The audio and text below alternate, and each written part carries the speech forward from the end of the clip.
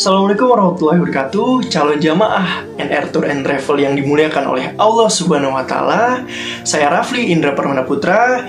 Pada kesempatan kali ini, saya akan menjelaskan perjalanan umroh bersama NR Tour and Travel. Pada keberangkatan, jamaah akan berkumpul di Bandara Soekarno-Hatta 4 jam sebelum keberangkatan. Dan ketika jamaah sudah datang ke Bandara Soekarno-Hatta, jamaah akan berkumpul dengan tour leader, di mana tour leader ini pemilik dari NR Tour and Travel sendiri yang akan membimbing jamaah. Ketika semua jamaah sudah berkumpul, akan dilakukan yang namanya briefing, di mana akan diingatkan kembali terkait barang bawaan, hal yang perlu diperhatikan, dan pembacaan doa bersama agar perjalanan umroh dapat lancar sampai selesai. Ketika briefing selesai, maka jamaah akan berpamitan dengan keluarga-keluarga yang ikut mengantar. Dan ketika sudah berpamitan, jamaah akan memasuki ruang boarding pass atau ruang tunggu untuk menaiki pesawat. Setelah menunggu, jamaah pun naik ke dalam pesawat dan menuju Jeddah atau bandara di Madinah.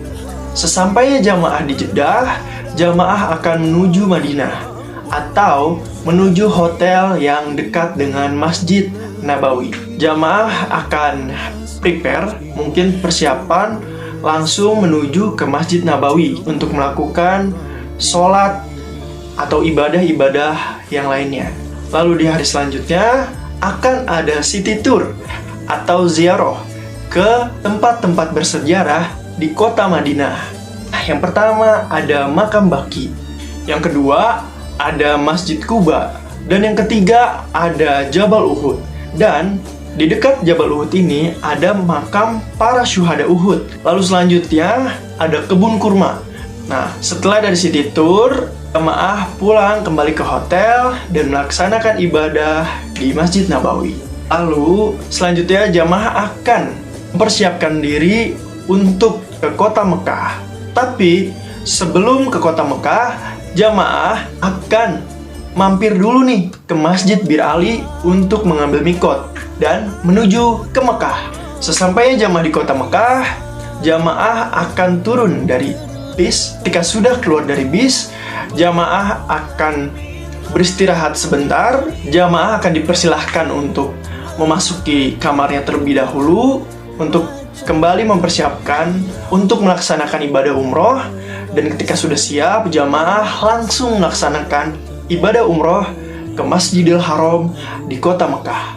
Di hari berikutnya, jamaah akan melakukan city tour atau ziarah kembali di kota Mekah. Pertama, jamaah akan mendatangi Museum Al-Maudi. Lalu jamaah akan mendatangi Jabal Nur, dan selanjutnya jamaah akan mendatangi Jabal Rahmah. Lalu jamaah akan mendatangi Masjid Qissos. Setelah itu jamaah akan mengunjungi peternakan unta. Setelah city tour di kota Mekah, maka jamaah akan mengambil mikot yang kedua untuk melaksanakan umroh yang kedua. Nah, di umroh yang kedua ini, biasanya jamaah ini mengambil umroh bukan untuk dirinya sendiri, tapi untuk almarhum dan almarhumah yang sudah meninggal, dimana itu disebut badal umroh. Dan setelah melakukan ibadah umroh yang kedua, jamaah melakukan ibadah-ibadah seperti biasa di Masjidil Haram. Lalu setelah di hari terakhir, jamaah sebelum pulang akan melakukan tawaf wada atau biasa dikenal dengan tawaf perpisahan. Dan setelah melakukan tawaf wada, jamaah akan berbenah. Lalu jamaah akan menaiki bis menuju ke bandara di Jeddah. Setelah sampai di bandara Jeddah ataupun Madinah, jamaah akan berangkat menuju Indonesia. Setelah jamaah keluar dari bandara dan ketemu keluarganya, jamaah sudah boleh pulang atau berpisah dengan rombongan jamaah yang lainnya. Sekian penyampaian saya kali ini. Wassalamualaikum warahmatullahi wabarakatuh. Bye-bye.